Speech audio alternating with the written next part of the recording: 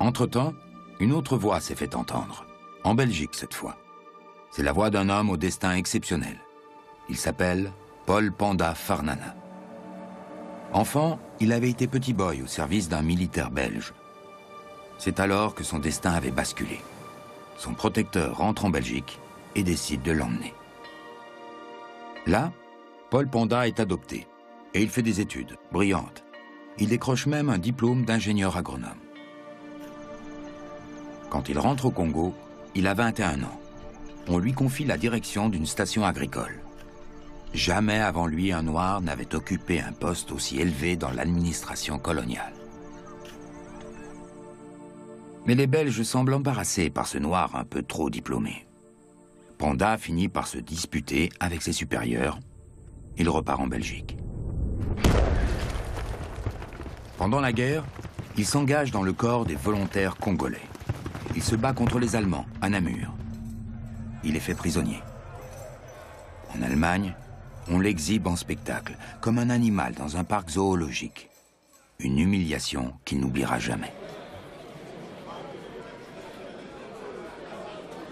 À la fin de la guerre, Paul Panda est de retour à Bruxelles. Suite au refus de la Belgique d'accorder une pension aux vétérans congolais, il fonde avec quelques amis l'Union congolaise et il en devient le porte-parole.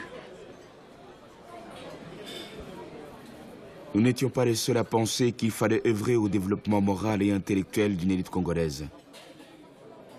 Nous étions soutenus par plusieurs personnalités, dont le leader socialiste Émile van der Velde.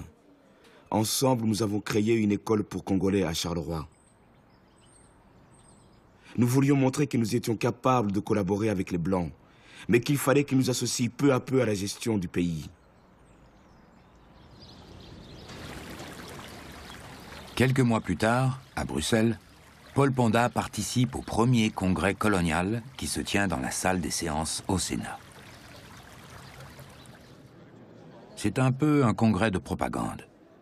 L'administration veut intéresser davantage les Belges à leur colonie, susciter les vocations. Paul Panda est le seul Noir qui était invité à s'exprimer. Messieurs, puisque la colonisation s'adresse aux Noirs, il est juste que vous écoutiez leur voix. Les Blancs dirigent et ils dirigent seuls. Ils doivent s'appuyer davantage sur les Congolais. Nous sommes prêts à apprendre et à collaborer. Mais il faut pour cela développer l'instruction, créer des écoles, investir dans l'éducation. Les Congolais, monsieur, veulent participer avec vous à l'édification de leur pays, car c'est bien notre pays. Nous sommes maîtres de notre terre. Enfin, monsieur, il faut rappeler que de nombreux abus ont été commis au Congo. Et ils sont commis encore. Il faut y mettre fin, il faut en finir. Surtout avec le travail forcé indigne d'une nation telle que la Belgique. Paul Panda n'est pas compris. On se méfie de ce Noir à la langue trop bien pendue. La presse conservatrice pense qu'il exagère. Elle va bientôt lancer contre lui une campagne de dénigrement.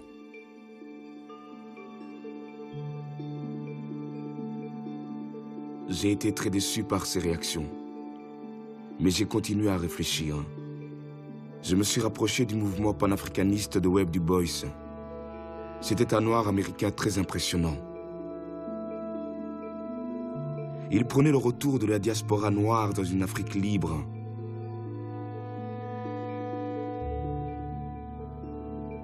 J'ai participé à ses côtés à une conférence panafricaine qui s'est tenue à Bruxelles.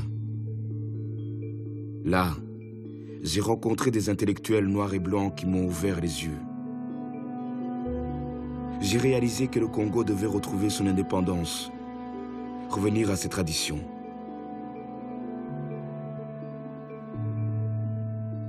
Paul Panda écrit encore des articles sur son pays, mais il n'aura pas le temps de mettre ses idées en œuvre. Il meurt quelques années plus tard dans des circonstances mystérieuses. Le gouverneur général tire alors une étrange conclusion de ce que fut la vie de Paul Panda. Il interdit désormais aux agents belges rentrant en congé d'amener en Belgique des Noirs avec eux. En somme, pas d'élite, pas de problème.